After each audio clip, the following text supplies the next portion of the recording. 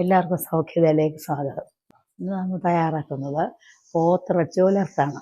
ഒരു സ്പെഷ്യൽ കറിയാണ്. എങ്ങനെയാണെന്ന് നോക്കാം. കടലപ്പരിപ്പ് വേവിച്ചത്, തേങ്ങാക്കുത്തൻ്റെ സ്പെഷ്യൽ ചേരുവയാണ്.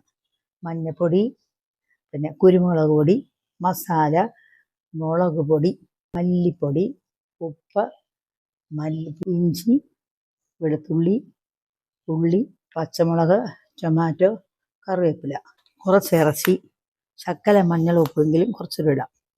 കഴുകി വൃത്തിയാക്കിയ ഇറച്ചിയാണ്. മഞ്ഞൾപ്പൊടി, ശകല ഉപ്പ്, കുറച്ച് കുരുമുളക് പൊടി, കുറച്ച് മല്ലിപ്പൊടി, കുറച്ച് മുളക് പൊടി, കുറച്ച് മസാല, ഇവയൊക്കെ ചേർത്ത് നന്നായി ഇളക്കാം.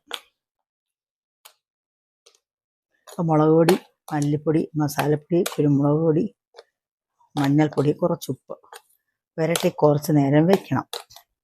ഇത് നെയ്യുള്ളത് കൊണ്ട് പ്രത്യേകിച്ച് കൂടുതലെണ്ണ ആവശ്യമില്ല. കുക്കറിൽ ഒരു 4-5 വിസിൽ ഹൈ ഫ്ലെയിമിൽ വെച്ച് കേട്ടിട്ട് ഫ്ലെയിം കുറച്ചൊരു 1 മണിക്കൂറെങ്കിലും വെക്കണം. 3/4 മണിക്കൂർ, എന്നാലേ നന്നായിട്ട് വേവുള്ളൂ. ചീൻചട്ടി ചൂടായി, കുറച്ച് എണ്ണ ഒഴിക്കാം. കുറച്ച് മതി. ഇഞ്ചി, പച്ചമുളക്, സവാളയാണ്, കൊച്ചുള്ളിയാണ് കുറച്ചൊരു ടേസ്റ്റ്, വെളുത്തുള്ളി, ടൊമാറ്റോ. അങ്ങനെ നമ്മൾ കുക്കറിൽ വളരെ നേരം എടുത്ത് വേവിച്ച് കൊണ്ടുവന്നു.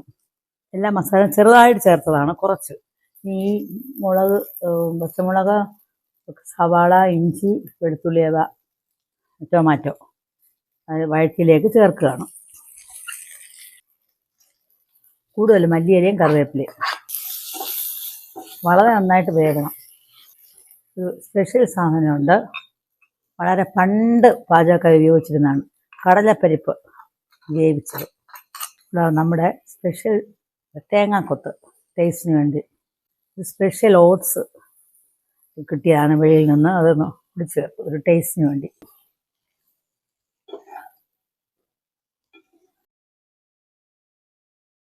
അങ്ങനെ നമ്മുടെ പോത്തുലർത്ത് റെഡിയായി.